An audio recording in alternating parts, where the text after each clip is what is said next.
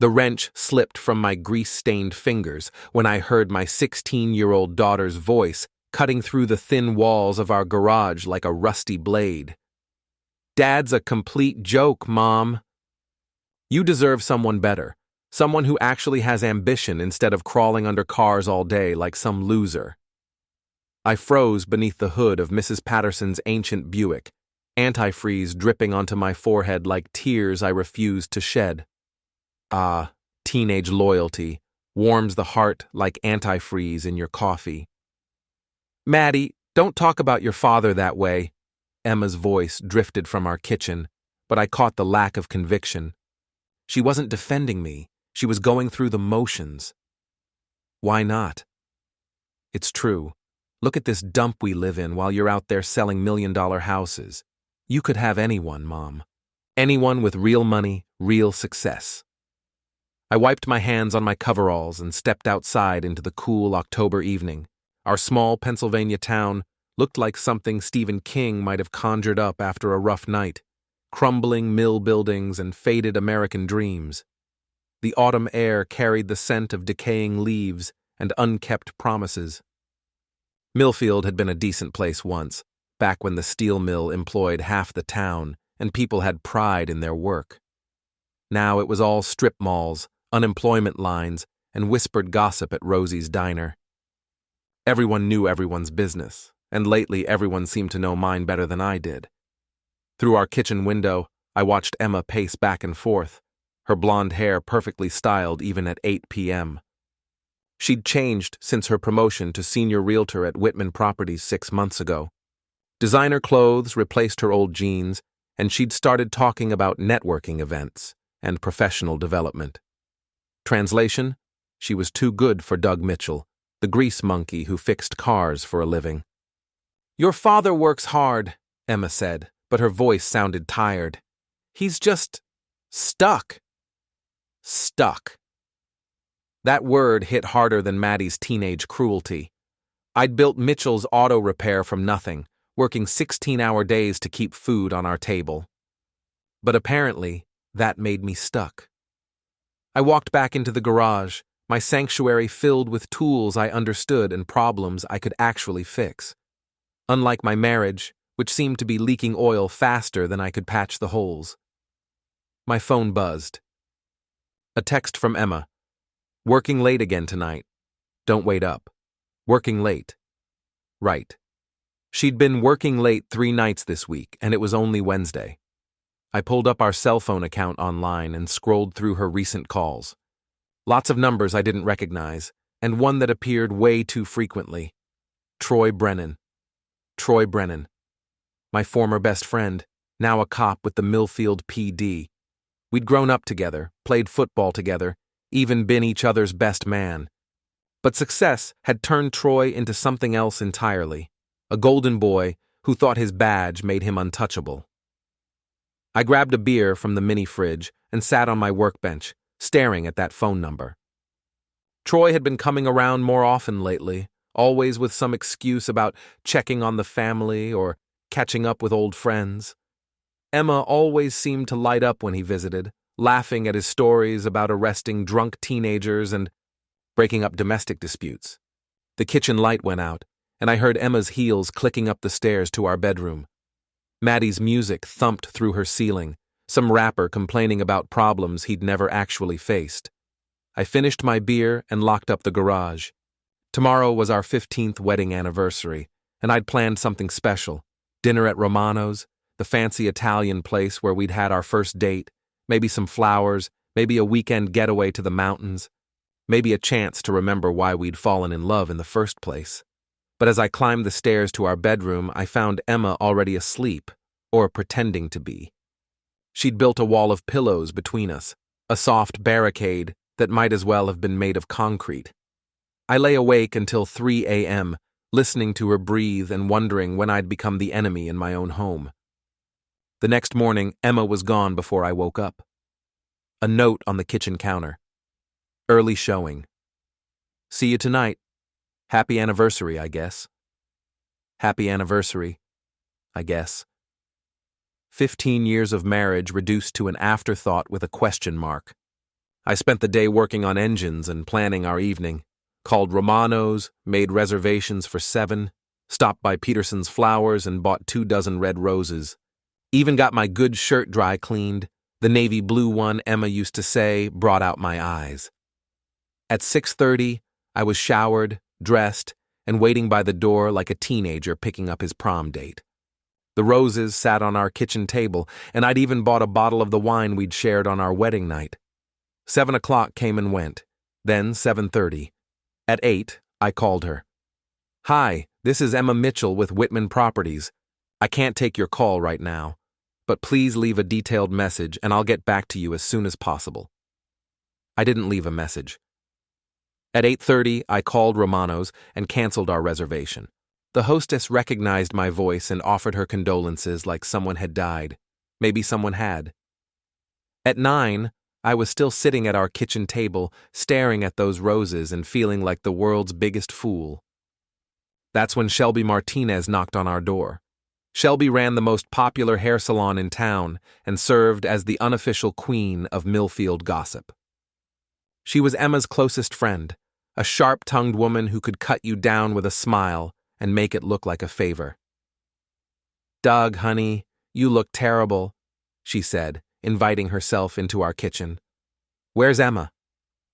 "Working late." Again, Shelby's perfectly plucked eyebrows rose slightly.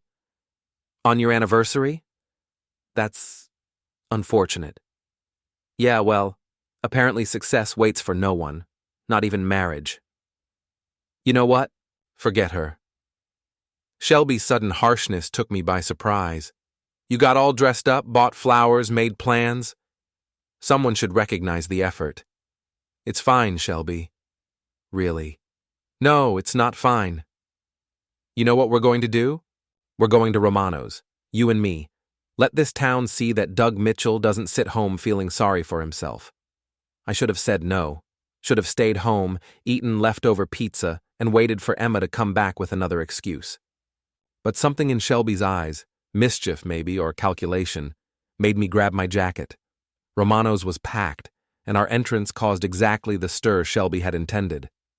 Conversations stopped mid-sentence as people processed the sight of Doug Mitchell having dinner with his wife's best friend on his wedding anniversary. "Let them talk," Shelby said, raising her wine glass. "Sometimes a little chaos is exactly what people need." We talked about everything except Emma. Shelby was surprisingly good company when she wasn't spreading gossip or critiquing everyone's life choices. She laughed at my jokes, complimented my shirt, and made me feel like maybe I wasn't completely worthless after all. But as we walked back to our cars, I spotted something that made my stomach drop. Troy's police cruiser, parked outside the Sleepy Inn motel on Route 9. The same motel where Emma's car was parked in the shadows, barely visible, but unmistakably hers. "Son of a bastard," I whispered. Shelby followed my gaze and gasped. "Oh, Doug, I'm so sorry." I drove home in a rage that felt like swallowing broken glass. Shelby had offered to follow me, but I needed to be alone with my fury. Needed to think. Emma's car wasn't in the driveway when I got home. I sat in my truck, staring at our house, the house I'd busted my ass to buy, the house where I had planned to grow old with the woman who was now with my best friend in a cheap motel room. My phone buzzed. A text from an unknown number. "Saw you at dinner tonight. Interesting choice of company. Maybe you should focus on your own marriage instead of parading around town with other women." I stared at that message until the words burned into my retinas. Someone was watching me. Someone thought I was the problem here. I walked into my garage, grabbed a tire iron, and got back in my truck. The Sleepy Inn looked exactly like what it was, a place for desperate people to make desperate choices. Troy's cruiser still sat in the parking lot, and Emma's Honda was parked 2 spaces away, trying to hide in the shadows like a guilty secret. I parked across the street and watched their windows. Room 237, second floor. The curtains were drawn, but I could see movement behind the thin fabric, shadows dancing in lamplight, playing out my worst fears in silhouette. I got out of my truck and walked across the street. The tire iron felt heavy in my hand, solid and real in a world that had suddenly become surreal. I knelt beside Troy's cruiser and pressed the sharp end against his front tire until I heard the satisfying hiss of escaping air. Then the second tire. Then the third and fourth, because if you're going to send a message, you might as well make it crystal clear. I pulled out my phone and typed a note, then slipped it under his windshield wiper. Hope she was worth it, champ. Your old pal, Doug. As I walked back to my truck, I noticed the security camera mounted above the motel office. A little red light blinked steadily, recording everything. I waved at it and drove home. Emma came home at midnight, slipping into our bedroom like a thief. She smelled like cheap soap and betrayal, and when she whispered, "Sorry, I missed dinner," I pretended to be asleep. But I wasn't sleeping. I was planning. The next morning brought consequences with my coffee. My phone buzzed at 6 a.m. with a text from another unknown number. Back off, or you'll regret it. I showed the message to Red Murphy, my boxing coach and the only person in town who still seemed to give a damn about me. Red ran a gym above Kowalski's Hardware, a sweat-stained sanctuary where men worked out their problems with leather and steel instead of lawyers and therapists. Threatening text messages, Red said, wrapping my hands for our morning session. Real professional. Your boy Troy's showing his true colors. Red was a man of 68 years, his body solid and unyielding like a fire hydrant. He wore his age like a badge of honor, each wrinkle and gray hair a testament to the countless stories he'd accumulated over the years. But it wasn't just the years that defined him. It was his hard-earned wisdom, the kind that comes only from surviving in a town like Millfield. A town slowly withering away, its future uncertain, but Red had seen it all. 5 decades spent in this fading place had given him a perspective most people could never even fathom. He'd been here long before the mill closed its doors, back when Millfield had a thriving boxing scene, when the air was filled with dreams of success before everything went south. Now those same dreams were fading, much like the town itself, as the world outside moved on and left Millfield behind. When I asked him what he would do in my shoes, he didn't hesitate. "What would you do, Red?" I asked. "Me?" He cracked his knuckles with a deliberate slowness. "I'd get even. But I'd play it smart. No rash decisions, no impulsive moves. That's how you get hurt."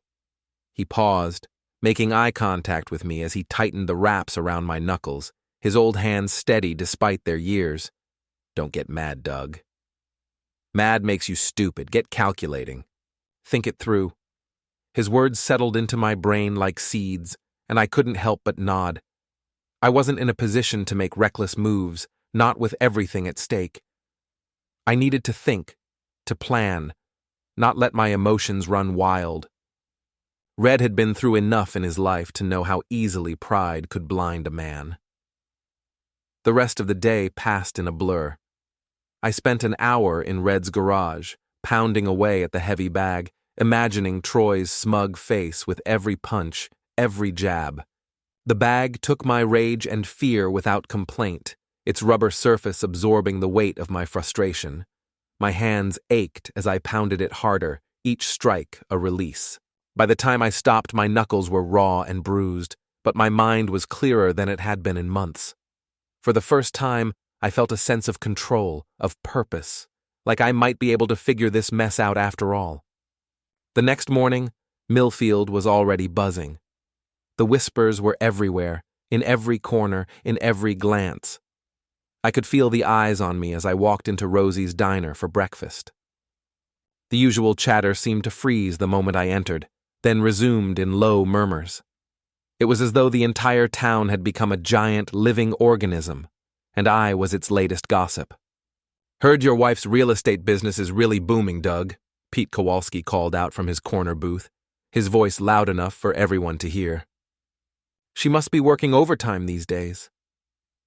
The laughter from the other regulars was too loud to ignore. I felt my face flush as I took in the jab. Pete had always enjoyed making others uncomfortable, especially me. He owned the local hardware store, but I couldn't quite understand why he hated me so much. Maybe because I'd married the prettiest girl in our high school class, while he ended up with his cousin. The thought of him trying to tear me down made me furious, but I forced myself to stay composed. "Yeah, Pete," I said, trying to sound casual. "Business is good. Unlike your store, which seems like it's been struggling for years." The chuckles from the booth died instantly.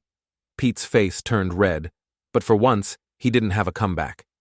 I could see the anger flash in his eyes, but I didn't care. I was too tired of being the butt of everyone's jokes.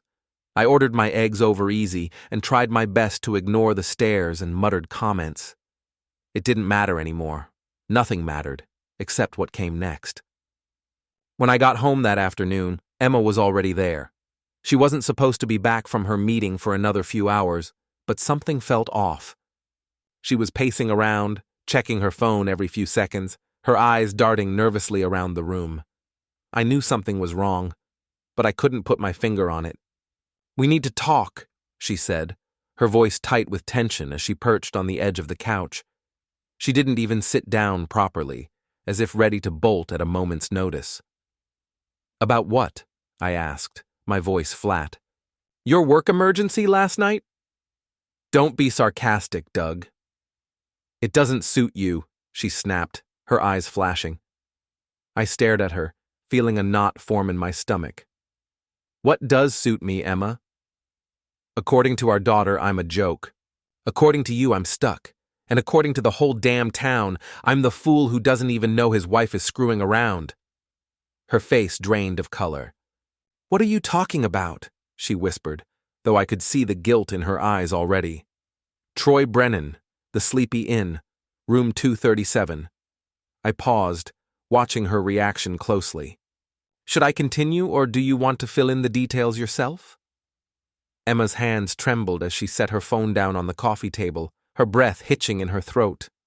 "Doug, Save it," I cut her off, my voice rising. "I saw his car." "I saw your car. I saw the shadows in the window. Don't act like I didn't watch everything fall apart.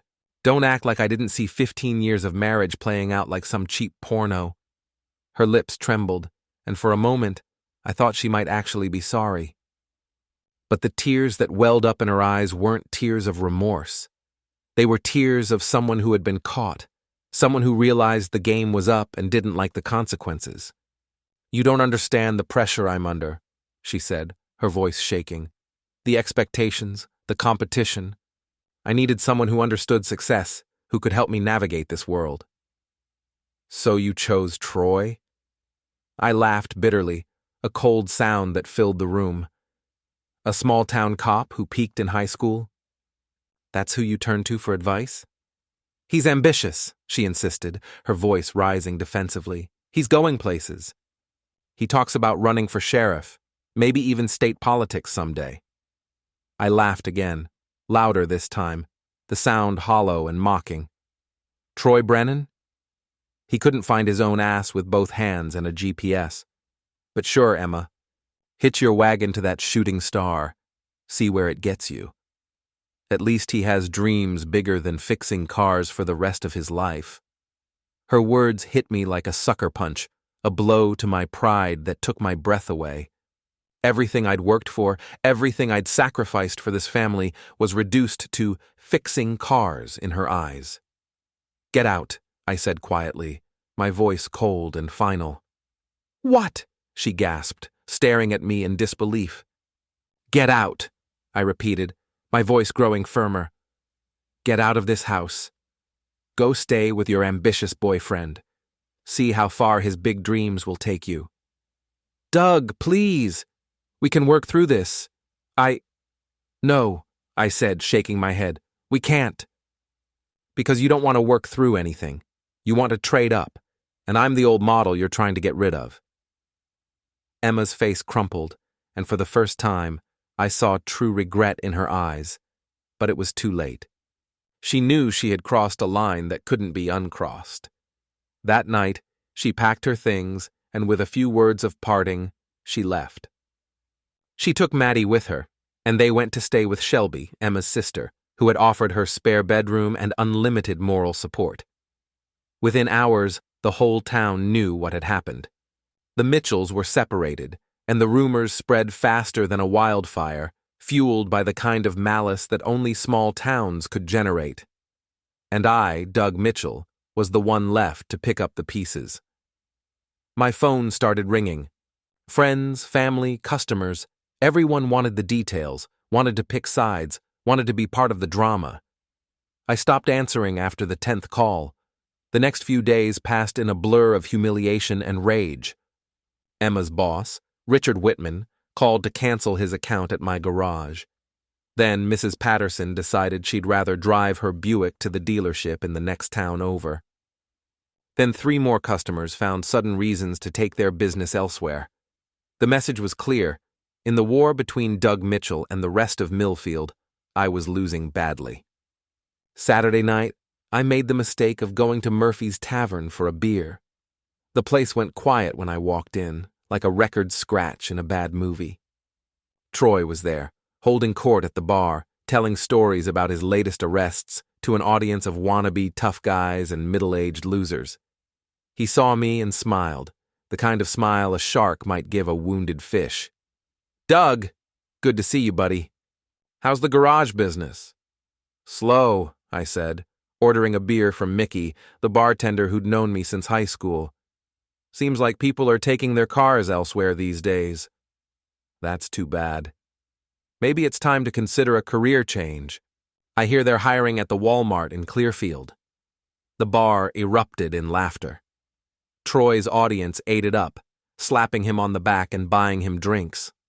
I stood there, nursing my beer and feeling like an exhibit in a zoo. "At least I don't have to sleep in motel rooms to get laid," I said. The laughter stopped. Troy's smile faltered for just a moment, but long enough for everyone to notice. "Careful, Doug. You're walking on thin ice." "Am I?" "Because from where I'm standing, you're the one who should be worried. Cops who sleep with married women don't usually get promoted to sheriff." Troy stood up, his hand moving instinctively toward his service weapon. "You threatening me?" "Just making an observation. But if you want to turn it into something more, I'm right here." For a moment, I thought he might actually draw his gun. The whole bar held its breath, waiting to see if 15 years of friendship would end in violence and headlines. Instead, Troy laughed and sat back down. "You're not worth it, Doug. You never were." I finished my beer and walked out, leaving behind the sound of renewed laughter and the knowledge that I'd just made everything worse. That night, I lay in my empty bed and stared at the ceiling, listening to the house settle around me. Somewhere across town, Emma was probably curled up next to Troy, planning their future while I planned my next move. Red had been right about one thing. Getting mad was making me stupid. But getting calculating? That was something I could work with. I pulled out my laptop and started researching. Emma's finances, Troy's service record, Shelby's business license. Everything was public information if you knew where to look. And I had nothing but time and a burning desire to watch their perfect little world collapse. By 3 a.m., I'd found some very interesting information. Emma had been using our joint credit cards for her work expenses, expensive dinners, hotel rooms, shopping sprees that had nothing to do with real estate. Troy had 3 formal complaints filed against him in the past year, all from women who claimed he'd abused his authority. And Shelby's salon had been cited twice for health code violations that she'd somehow managed to keep quiet. I closed the laptop and smiled for the first time in weeks. If they wanted to play dirty, I was about to show them what dirty really looked like. But first, I needed to deal with the growing problem of my reputation. The whole town was talking, and most of them weren't taking my side.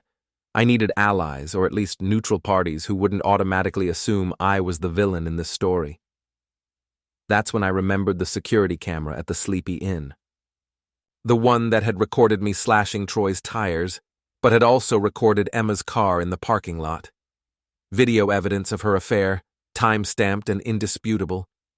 I drove out to the motel the next morning and found the manager, a tired-looking man named Carl, who seemed genuinely sympathetic to my situation.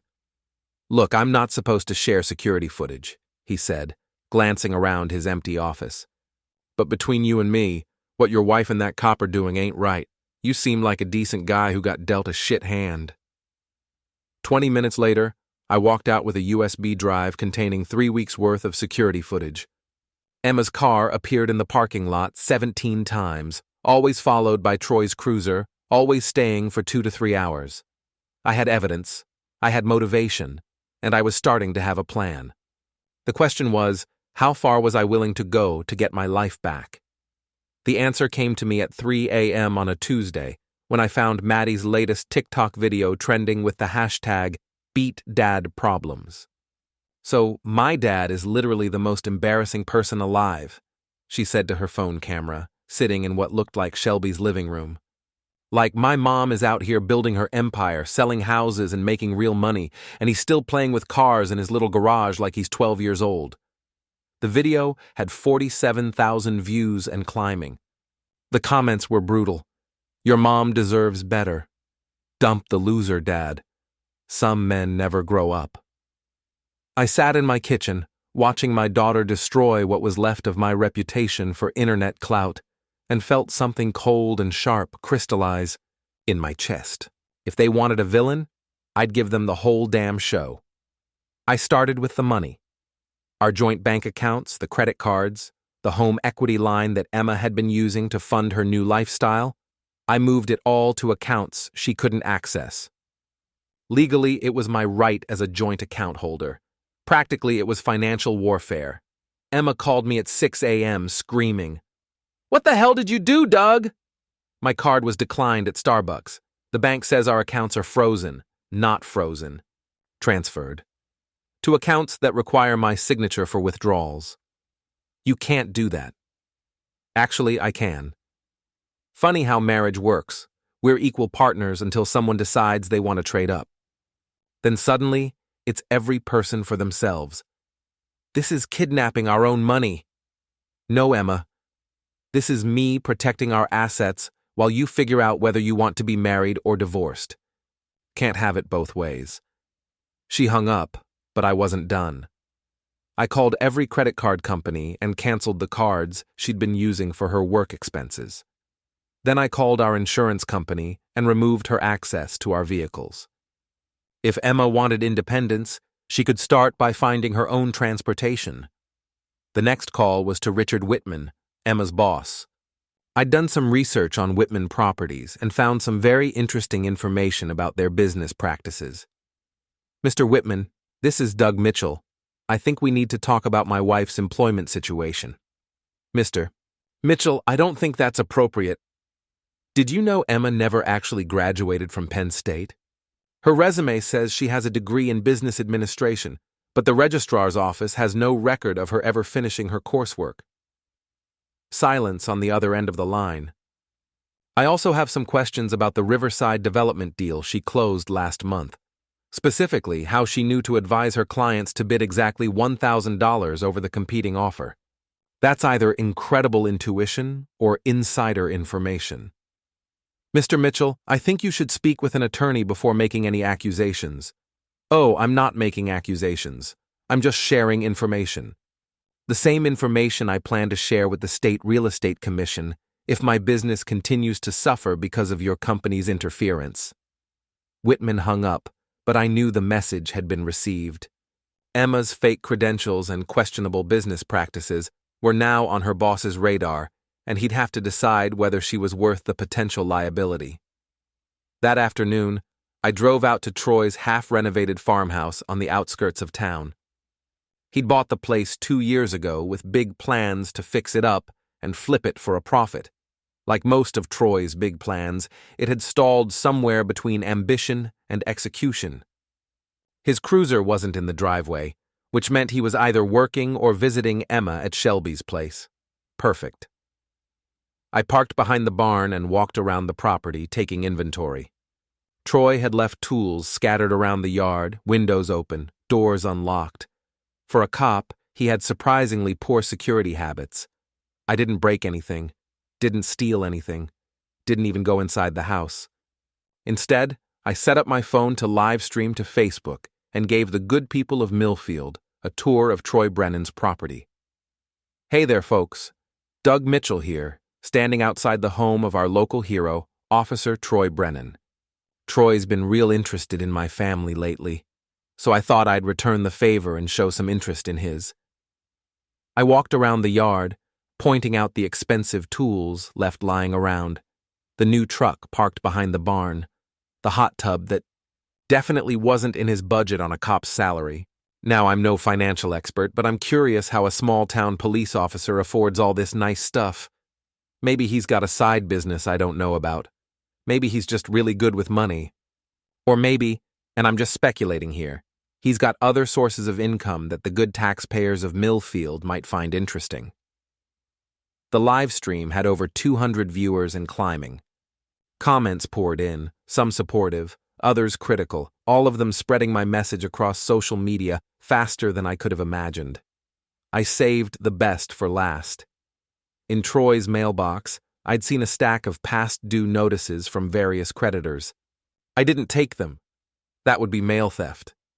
But I did photograph the return addresses and share my observations with my growing audience. Looks like our boy Troy might be having some cash flow problems.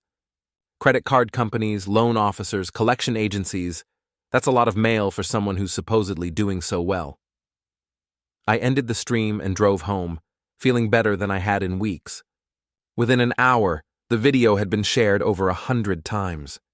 By evening, it was the talk of Millfield. Troy called me at 9 p.m., his voice shaking with rage. "You son of a bastard! You had no right. No right to what? Stand on a public road and make observations? Exercise my First Amendment rights? I thought cops were supposed to support the Constitution. You're harassing me. This is stalking." Really? Because I thought it was community engagement. Isn't that what you call it when you drive by my house 3 times a day? When you show up at my wife's work events? When you park outside my garage and watch me through the windows? That's different. How? Troy didn't have an answer for that. He hung up, but not before I heard Emma's voice in the background, telling him to do something about me. The next morning brought consequences. My phone rang at 7 a.m., Shelby calling from her salon. "Doug, you need to stop this. You're embarrassing yourself and hurting people who care about you." People who care about me? Like Emma, who's been lying about her credentials and cheating on me for months. Like Troy, who's been stalking my family and threatening me. Like you, who's been enabling both of them while pretending to be my friend. I never pretended anything. I've always been honest with you. Have you? Because I've been doing some research, Shelby. Funny thing about your salon, you've had some interesting health code violations over the past year. Unsanitary conditions, improper chemical storage, unlicensed employees. The state board might be very interested to know about those violations, especially since you somehow managed to keep them out of the local paper. Shelby's silence stretched long enough for me to know I'd hit a nerve. What do you want, Doug? I want the truth. About Emma, about Troy, about your role in all of this. Because I'm starting to think you've been playing puppet master while everyone else danced to your tune. You're paranoid. Am I? Or am I finally paying attention? I hung up and spent the morning researching Shelby's business history. What I found was fascinating. 3 years ago, she'd applied for a job at my garage, bookkeeper, part-time, decent pay. I'd turned her down because she had no experience and a reputation for gossip that made her unemployable in most of the town's businesses. 2 weeks later, she'd opened her salon with a loan from a bank that had previously turned down her applications. The loan officer? Troy's cousin, Mike Brennan, who worked at First National and had a history of questionable lending practices. 6 months after that, Emma had started getting her hair done at Shelby's salon. They'd become fast friends, bonding over their shared ambitions and their frustrations with small-town life. And now, 18 months later, Emma was sleeping with Troy while staying at Shelby's house, and I was the villain in a story I was just beginning to understand. I made a list of everyone who'd turned against me in the past month. Richard Whitman, who'd pressured his clients to boycott my garage. Pete Kowalski, who'd been spreading rumors about my business practices. Mickey the bartender, who'd started charging me double for drinks. 3 of my regular customers, who'd suddenly found reasons to take their cars elsewhere. What they all had in common was simple. They were all connected to Shelby's network of gossip and influence. She cut their wives' hair, knew their secrets, held their reputations in her perfectly manicured hands. Shelby Martinez wasn't just Emma's friend or Troy's enabler. She was the spider at the center of a web that controlled half the social dynamics in Millfield. And I was starting to understand that my marriage hadn't just fallen apart. It had been systematically destroyed by someone with a very personal grudge. That evening, I drove to the Riverside development site where Emma had made her suspicious deal. The construction crew was working late, and I struck up a conversation with the foreman, a guy named Danny who'd graduated a few years behind me in high school. "Yeah, that Mitchell lady," he said when I mentioned Emma's name. She knew things about our timeline that weren't public knowledge, knew exactly when we'd be ready to close, knew what our minimum acceptable offer was. Someone was feeding her inside information. Any idea who? Well, the only people who had access to that information were the developers, the bank, and the city planning office. But I heard she's real tight with someone who works at City Hall. Who? Shelby Martinez. She does hair for half the women in the municipal building. Probably hears all kinds of stuff while she's cutting and coloring. I drove home with another piece of the puzzle. Shelby hadn't just enabled Emma's affair, she'd helped orchestrate Emma's professional success through insider information and strategic gossip. Emma thought she was succeeding on her own merit, but she was actually dancing to Shelby's choreography. The question was why? What did Shelby gain from destroying my marriage and elevating Emma's career? What was her end game? I was about to find out. The answer came in an envelope slipped under my garage door on Thursday morning. No return address, no signature, just a single photograph and a handwritten note. The photograph showed me and Shelby at Romano's on my anniversary night, laughing over wine and looking like we were having the time of our lives. The note was brief. Thought you should see how this looks to everyone else. Some secrets are worth more than others. A friend. I stared at that photograph for a long time, understanding finally dawning. Shelby hadn't taken me to dinner out of sympathy or friendship. She'd taken me to dinner to create evidence, to give herself ammunition for the war she'd been planning all along. My phone rang, Shelby's number. "Did you get my little gift?" she asked, her voice different now, colder, more calculating. "Yeah, I got it. Nice photography skills." "I have others. You and me looking very cozy, very intimate. What do you think Emma would say if she saw them? What do you think the whole town would say about Doug Mitchell, the poor victim who was cheating on his wife with her best friend? What do you want, Shelby? I want you to stop. Stop the live streams, stop the financial games, stop making trouble for people I care about. Disappear quietly. Let Emma have her divorce and her new life, and these photos stay private. And if I don't? Then everyone in Millfield learns that you're not the innocent victim you've been pretending to be. Your reputation, what's left of it, gets destroyed completely. Your business fails. Your daughter never speaks to you again. You become the villain in everyone's story, not just mine. I sat down heavily in my desk chair, feeling the weight of her trap closing around me. Why, Shelby? What did I ever do to you? You really don't remember, do you? Her laugh was bitter. 3 years ago, I came to you for a job. I needed work, needed a chance to prove myself. I was desperate, Doug. My ex-husband had cleaned out our bank accounts, left me with nothing but debt and a reputation as the crazy woman who couldn't keep her man happy. The memory came flooding back. Shelby in my office, nervous and eager, talking too fast about her organizational skills and her attention to detail. I'd turned her down because she had no experience and because I'd heard stories about her tendency to spread gossip and create drama. You looked at me like I was trash, she continued, like I was some desperate housewife who wasn't worth your time. You didn't even consider giving me a chance. Shelby, Save it. You made your choice, and I made mine. I decided that if I couldn't work for you, I'd work against you.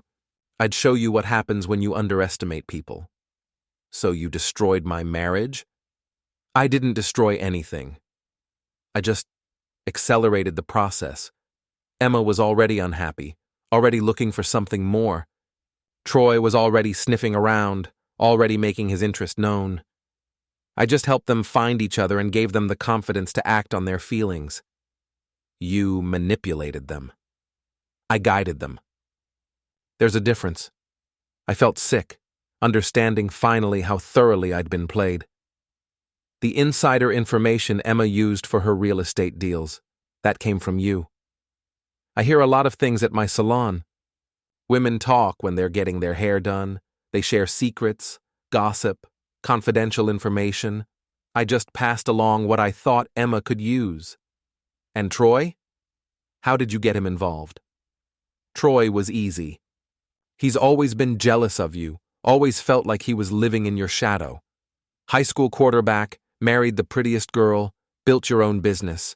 He resented your success even when you were friends.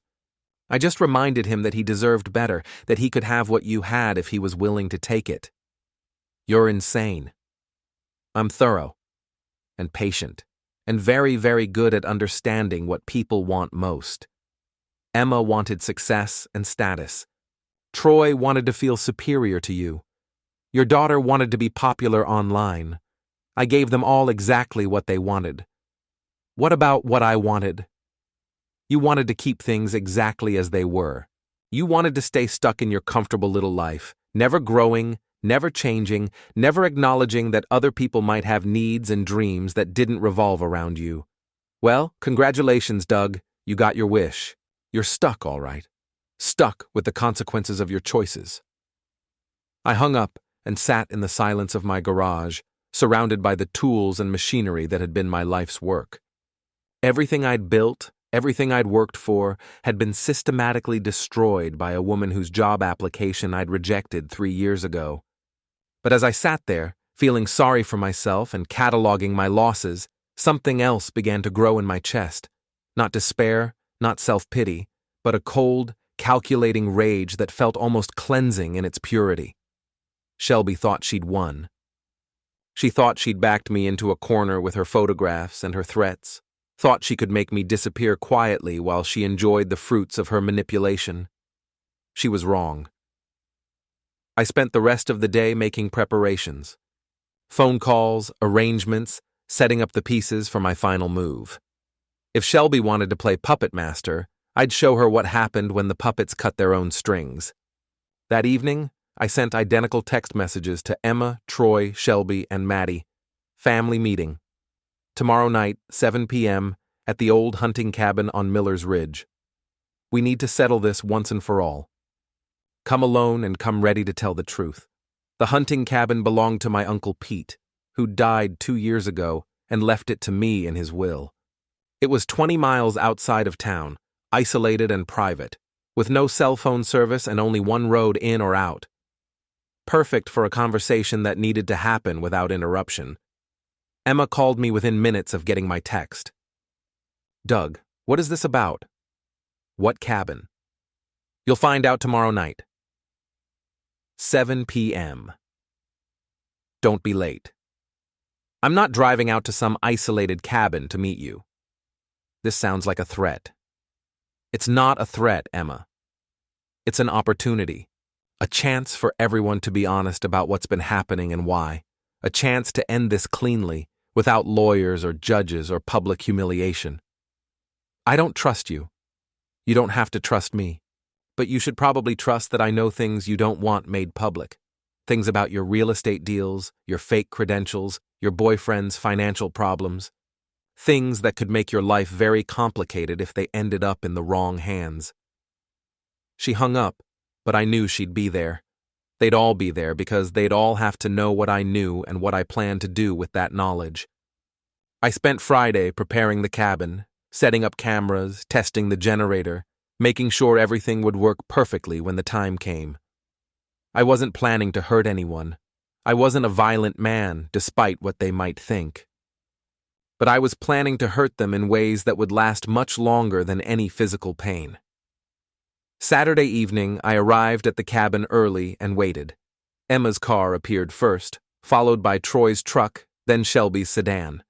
Maddie arrived last, driving a car I didn't recognize, probably borrowed from one of her friends. They gathered on the cabin's front porch, looking nervous and uncertain. I stepped out of the shadows, and Troy's hand moved instinctively toward his service weapon. "Relax, hero. This isn't that kind of meeting." "Then what kind of meeting is it?" Emma asked. "The kind where we all stop pretending and start telling the truth. Come inside. We have a lot to discuss." The cabin's main room was rustic but comfortable, with a stone fireplace and rough-hewn furniture that my uncle had built himself. I'd set up chairs in a circle, like some kind of twisted family therapy session. "Before we start," I said, pulling out my phone, "I want everyone to know that this conversation is being live-streamed to my Facebook page. Say hello to the good people of Millfield."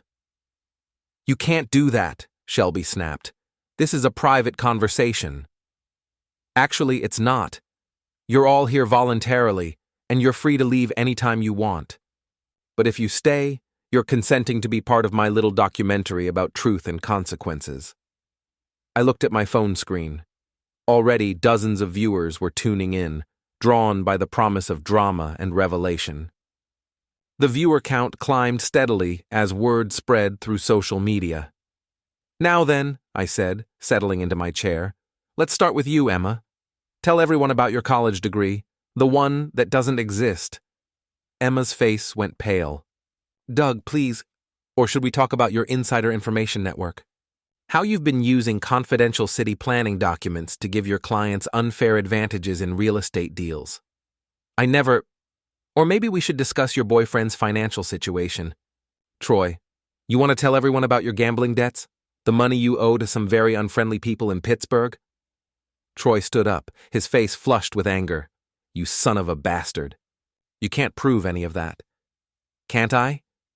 I pulled out a folder filled with documents.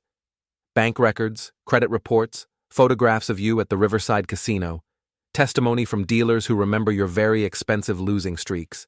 Should I keep going? "This is blackmail," Shelby said. "No, this is accountability. For 3 years, you've been pulling strings and manipulating people, destroying lives for your own entertainment. Well, the show's over, Shelby. Time for the final act." I turned to address the camera directly. "Ladies and gentlemen, I want to tell you a story about revenge. About what happens when you underestimate someone, when you think you can destroy their life without consequences.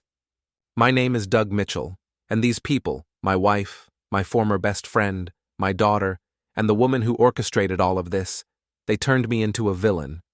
So I decided to be the best villain I could be." The viewer count was climbing rapidly. Hundreds of people were watching, commenting, sharing the stream across social media. The story of Doug Mitchell's revenge was going viral in real time. "Emma," I said, "tell everyone about your affair.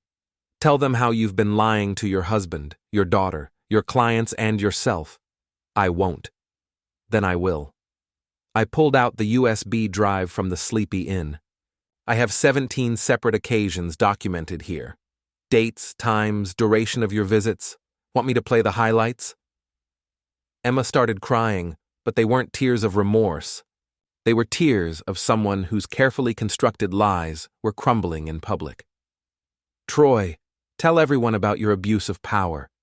The women you've harassed, the evidence you've planted, the reports you've falsified to protect your friends and hurt your enemies." "You're insane," Troy said, but his voice lacked conviction. "Shelby, tell everyone about your plan.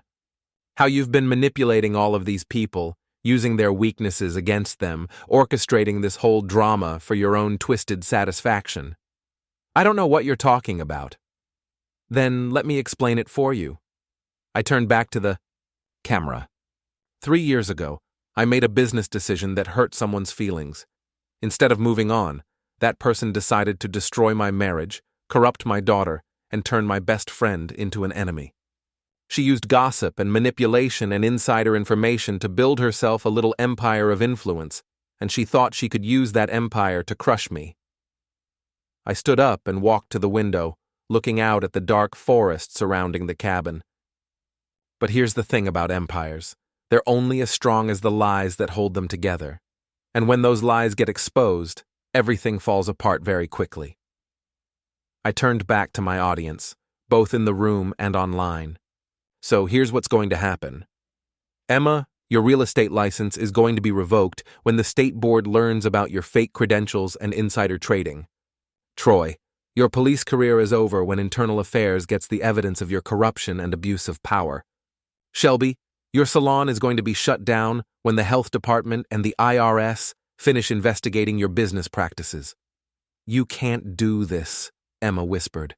I already have. The paperwork was filed this morning. The investigations are already underway. Your lives as you've known them are over. I looked at Maddie, who had been silent throughout the confrontation. And you, sweetheart? You're going to learn what happens when you choose social media fame over family loyalty, when you mock your father in public, when you side with liars and manipulators, when you trade your integrity for internet likes. Dad, Save it. You made your choice when you posted that video. You chose them over me, chose popularity over truth. Now you get to live with the consequences. The live stream had over 3,000 viewers now. Comments poured in, some supportive, others critical, all of them spreading the story across the internet faster than I could have imagined. Troy made a move toward me, but I held up my hand. I wouldn't, if I were you. Assault charges won't help your situation any. This is insane, he said. You've lost your mind. Have I? Or have I finally found it? I smiled at him, a cold expression that made him step back. You wanted to take my life, Troy. My wife, my reputation, my business, my daughter's respect. Well, congratulations. You succeeded, but you forgot something important. What? When you destroy a man's life, you'd better make sure he doesn't have anything left to lose. Because a man with nothing left to lose is the most dangerous kind of enemy you can make. I walked back to my chair and sat down, addressing the camera one final time. Ladies and gentlemen, this is what justice looks like when the system fails you. When the police are corrupt, when the courts are slow, when the community turns against you, sometimes you have to take matters into your own hands. Sometimes you have to become the villain in order to defeat the real villains. I looked around the room at the 4 people who had destroyed my life, their faces pale with fear and understanding. They called me the villain, I said to the camera. I wore it better than they ever wore their masks. The next morning brought chaos with the sunrise. My live stream had been shared over 10,000 times, viewed by half the county, and turned into a social media phenomenon that reached far beyond Millfield's borders. My phone rang constantly. Reporters, bloggers, podcasters, everyone wanting to interview the man who'd live-streamed his revenge against his cheating wife and corrupt cop boyfriend. I ignored them all and drove to Red's gym for my morning workout. Jesus Christ, Doug, Red said when I walked in. You really did it. You burned the whole thing down. Had to be done. The whole town's talking about nothing else. Half of them think you're a hero, half think you're a psychopath. What do you think? Red wrapped my hands with practiced efficiency. I think you're a man who got pushed too far and pushed back harder. Can't say I blame you. I spent an hour working the heavy bag, trying to process what I'd done and what came next. The live stream had been my nuclear option, the final play in a game I'd been losing for months. But nuclear options tend to leave scorched earth behind them. My phone buzzed with a text from an unknown number. Channel 8. News wants to interview you about last night's video. Interested? I was about to delete it when another message came through. This is serious media attention. Could be book deals, movie rights, speaking engagements. You could make real money from this story. Real money. The irony wasn't lost on me. I'd spent 15 years building a modest business, only to see it destroyed by gossip and manipulation. Now, I was being offered wealth and fame for tearing down the people who'd wronged me. I called the number. Doug Mitchell? This is Sarah Chen from Channel 8. We'd love to have you on our morning show to discuss your story. What kind of discussion? human interest piece. The everyman who fought back against corruption and betrayal. Our viewers love stories about regular people standing up to bullies and winning. When? This afternoon, if you're available. We're already getting calls from other networks. This story has legs. I agreed to the interview and spent the rest of the morning preparing. If I was going to be famous, I might as well control the narrative. Channel 8 studio was in the county seat, 40 miles from Millfield. Sarah Chen turned out to be a sharp, professional woman who'd done her homework on my story. "So, Doug, tell us what drove you to such dramatic action," she said, once the cameras were rolling. "Desperation," I said simply. When you're fighting a system that's rigged against you, when the people you trust most are the ones destroying you, sometimes public exposure is the only weapon you have left. Some people are calling your actions extreme, even vindictive. Some people have never had their lives systematically destroyed by people they loved and trusted. It's easy to judge when you're not the one being betrayed. What do you say to critics who claim you violated your family's privacy? What privacy? They'd already made our marriage problems public knowledge. They'd already turned me into a laughingstock and a pariah. I just decided to tell my side of the story instead of letting them control the narrative. The interview lasted 20 minutes and aired that evening. By the next morning, it had been picked up by 3 other networks and shared across social media platforms. My phone rang constantly. Book agents, documentary filmmakers, podcasters, motivational speaking bureaus, everyone wanted a piece of the Doug Mitchell story. I fielded offers, scheduled meetings, and watched my bank account grow for the first time in months. But the real satisfaction came from watching the consequences play out for Emma, Troy, and Shelby. Emma's real estate license was suspended pending investigation. Her boss, Richard Whitman, publicly distanced himself from her and fired her to protect his company's reputation. The house she'd been renting with Troy was foreclosed on when they couldn't make the payments without her income. Troy was placed on administrative leave while Internal Affairs looked into the corruption allegations. 3 women came forward with harassment complaints, fueled by the attention surrounding his case. His political ambitions were finished, his reputation shattered, and his future uncertain. Shelby's salon was shut down by the health department after a surprise inspection revealed numerous violations. The IRS froze her accounts while they investigated her tax returns. Her network of gossip and influence evaporated as former friends distanced themselves from the scandal. Even Maddie faced consequences. Her TikTok video mocking me had been screenshot and shared alongside my live stream, making her look cruel and disloyal. Her social media followers turned against her. Her college applications were affected, and she found herself as much of a pariah as I'd been. 2 weeks after the live stream, I was sitting in a New York publisher's office, discussing a book deal worth more money than I'd made in the previous 5 years. "It's a compelling story," the editor said. "The everyman's revenge against corruption and betrayal. Very relatable, very American. We think it could be huge." "What kind of book are we talking about?" "Part memoir, part self-help. How I fought back and won kind of thing. Maybe some broader commentary on marriage, betrayal, small-town corruption. Our readers love stories about regular people who refuse to be victims." I signed the contract that afternoon. The advance alone was enough to restart my life anywhere I wanted, but I wasn't ready to leave Millfield yet. I had one more piece of business to finish. The annual Millfield Summer Festival was held every August in the town square, a celebration of community spirit and local pride. It featured live music, food vendors, craft booths, and a main stage where local politicians and business leaders gave speeches about the town's bright future. This year, I'd arranged to be the keynote speaker. The crowd was huge, easily twice the normal attendance, drawn by curiosity about the man who'd become Millfield's most famous resident.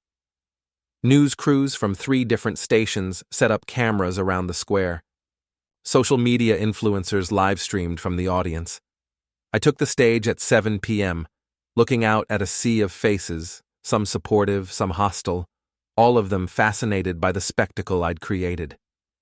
Ladies and gentlemen, I began, my voice carrying clearly through the sound system, thank you for coming out tonight. I know many of you are here because you want to see the villain who destroyed his own family on social media. Well, here I am. A murmur ran through the crowd. I could see Emma, Troy, and Shelby standing together near the back, their faces pale and drawn. But I want to tell you something about villains, I continued. Sometimes the villain is the only one telling the truth. Sometimes the villain is the one who refuses to let lies and corruption go unchallenged. Sometimes the villain is just a regular person who got pushed too far and decided to push back. I pulled out a folder of documents and held it up. In this folder, I have evidence of corruption that goes far beyond my personal situation. Police reports that were falsified to protect certain people's reputations. Real estate deals that were manipulated using insider information. Business licenses that were approved through personal favors rather than proper procedures. Tax violations that were overlooked because the violators had the right connections. The crowd was completely silent now. Even the news crews had stopped their chatter to focus on my words. For years, a small group of people have controlled this town through gossip, manipulation, and corruption. They've decided who succeeds and who fails, who gets opportunities and who gets destroyed. They've turned Millfield into their personal playground, and the rest of us have been their toys. I could see Troy pushing through the crowd, trying to get closer to the stage. His face was red with anger and desperation. But here's the thing about bullies, I said, raising my voice as Troy approached. They only have power as long as people are afraid to stand up to them. The moment someone fights back, the moment someone exposes their lies and corruption, their whole house of cards comes tumbling down. Troy reached the edge of the stage and tried to climb up. "You son of a bastard!" he shouted. "You've destroyed everything." Have I? Or have I just exposed what was already rotten? Troy swung at me, but I'd been training with Red for months. I ducked his clumsy punch and responded with a single, precise blow to his solar plexus. He dropped to his knees, gasping for air. The crowd erupted. Some cheered, some gasped. Everyone reached for their phones to record the moment. Troy Brennan, the golden boy cop who'd thought himself untouchable, had been brought low by the man he'd tried to destroy. "That's for my life, you bastard," I said, looking down at him. I turned back to the microphone, ignoring Troy as he struggled to catch his breath. "I'm leaving Millfield," I announced. "I've got book deals, speaking engagements, opportunities in places where corruption and gossip don't rule people's lives. But before I go, I want to leave you with something to think about." I reached into my pocket and pulled out the keys to Troy's truck, which I'd had repossessed that morning when he couldn't make the payments. These belonged to a man who thought he could take whatever he wanted without consequences. A man who abused his authority, betrayed his friends, and corrupted everything he touched. I threw the keys into the crowd, where dozens of hands reached up to catch them. Sometimes justice comes from the courts. Sometimes it comes from the ballot box. And sometimes it comes from regular people who refuse to be victims, who stand up and fight back against bullies and corruption. I stepped back from the microphone and looked out at the crowd one final time. "They called me the villain," I said, my voice carrying without amplification across the silent square. I wore it better than they ever wore their masks. I walked off the stage to thunderous applause, past Troy still gasping on the ground, past Emma crying into her hands, past Shelby staring at me with a mixture of hatred and grudging respect. 3 months later, I was living in a penthouse apartment in Chicago, my book climbing the bestseller lists, my story being adapted for a Netflix series. Emma, Troy, and Shelby were still in Millfield, still dealing with the consequences of their choices, still trying to rebuild lives that I'd systematically destroyed. I didn't feel guilty about it. They'd made their choices, and I'd made mine. They'd wanted to play games with people's lives, and I'd shown them what happened when someone played those games better than they did. Sometimes the villain wins. Sometimes the villain is the only one with the courage to tell the truth. Sometimes the villain you made is exactly the villain you deserved.